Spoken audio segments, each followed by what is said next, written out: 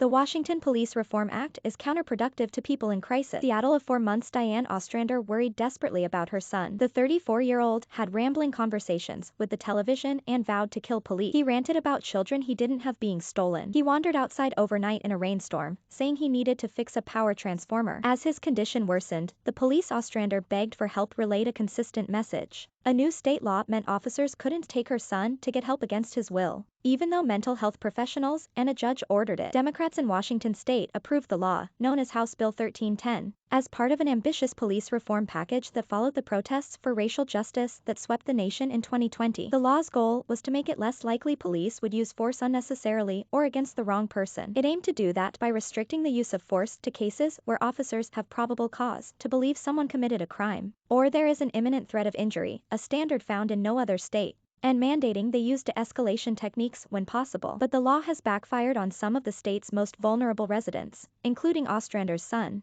partly because it's unclear, and partly because of how it has been interpreted by police, who had warned the reforms could bring unintended consequences. There have long been calls for alternatives to police responding to mental health and substance abuse crises. Sometimes, the presence of officers can exacerbate a situation. A new emergency number, 988, is launching nationally this summer to better coordinate such responses. But police are still needed. In Washington, unarmed mental health professionals known as designated crisis responders can have people detained for evaluation if they pose a danger to themselves or others. House Bill 1310, however, includes no exceptions authorizing police to use force to help them. Police frequently took that to mean they were not authorized to do so. Lawmakers are now rushing to fix that. House Bill 1310's prime sponsor, Representative Jesse Johnson, has proposed a bill making clear officers can use force to detain people for involuntary treatment or protective custody. Johnson's bill passed the House 90-5 on Friday and heads to the Senate instead of being evaluated in late November, when a judge issued a mental health warrant for his detention. Ostrander's son spent 25 days homeless. He repeatedly refused to go with his mom or officers. Only on January 4th did he make it into treatment, when he was arrested in Des Moines, south of Seattle,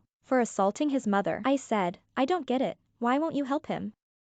Ostrander said. "I thought, are the police just doing this to use me as a pawn to get their story told, or what? It's about my son's life here." Police had warned that House Bill 1310 could hinder their ability to respond. The measure restricted when they could use physical force, but left unclear how to define that. Could they render first aid or take a child into protective custody? Or would that be using force on someone without probable cause? What about putting hands on someone in mental crisis to get them onto a gurney? Attorney General Bob Ferguson's office issued a memorandum in August aimed at addressing such fears. It said nothing in the new law limits police in responding to community caretaking calls. For many cities, that wasn't good enough. Given the new accountability legislation made it easier to decertify police departments did not want their officers to be the first to test whether using force to respond to non-criminal mental health calls was inbound. This month Ferguson issued a further, formal opinion. It acknowledged House Bill 1310 was confusing, but when it comes to detaining people in crisis, Ferguson said, using force may very often be authorized when mental health professionals have determined they pose an imminent threat. For Ostrander,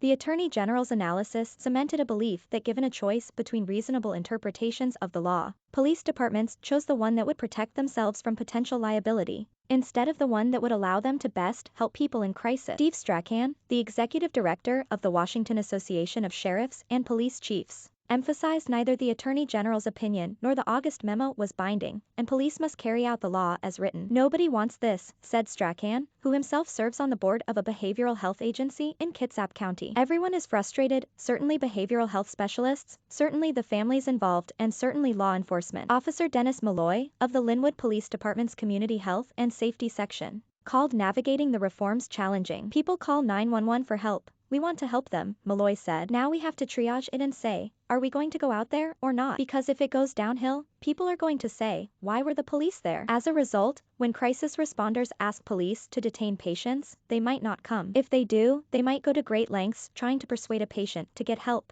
but decline to take a patient who's unwilling to go. Even where mental health professionals see an imminent threat, law enforcement might not. The person might just be sitting on a couch, refusing to leave. In one case, police declined to detain a man. A week later, he stabbed someone, said Kitsap Mental Health Services CEO Joe Roshik. Roshik said he understood police concerns, but added, "These are individuals who need to be picked up because we anticipate they will commit a crime or hurt themselves or hurt others." In October and November, crisis responders documented 51 times when police declined to respond or to help transport a patient. According to the Washington State Healthcare Authority, that number understates the problem. Some health agencies stopped calling police when they knew officers wouldn't show up or detain patients. Unfortunately, it means people aren't getting into treatment at a really critical juncture, said Joan Miller of the Washington Council for Behavioral Health. We were pretty taken aback after House Bill 1310 passed and police stopped responding to calls. Day after day, Ostrander drove around looking for her son, bringing him food or clothes. He refused to go with her or with officers who reached out with meals and encouragement. As a severe cold snap approached, Ostrander turned to lawmakers, including Representative Tina Orwall, a longtime social worker who represents Des Moines. On Christmas Eve, Orwall found Ostrander's son and bought him a burger. A few days later, she set him up with a hotel room paid for by the city. The hotel booted him after a week for disruptive behavior. Ostrander went to pick him up. He was delusional, vowing to kill police and firefighters, but he agreed to take a ride. At a red light, he began punching her. 2 construction workers called police. He was taken to jail and transferred that night to an emergency room, then later to a behavioral health hospital. Orwall, a Democrat, said she respects the legislature's police reform work, but wishes House Bill 1310 had been clearer. I know we're going to fix it, and fix it soon, Orwall said, but it came at such a human cost.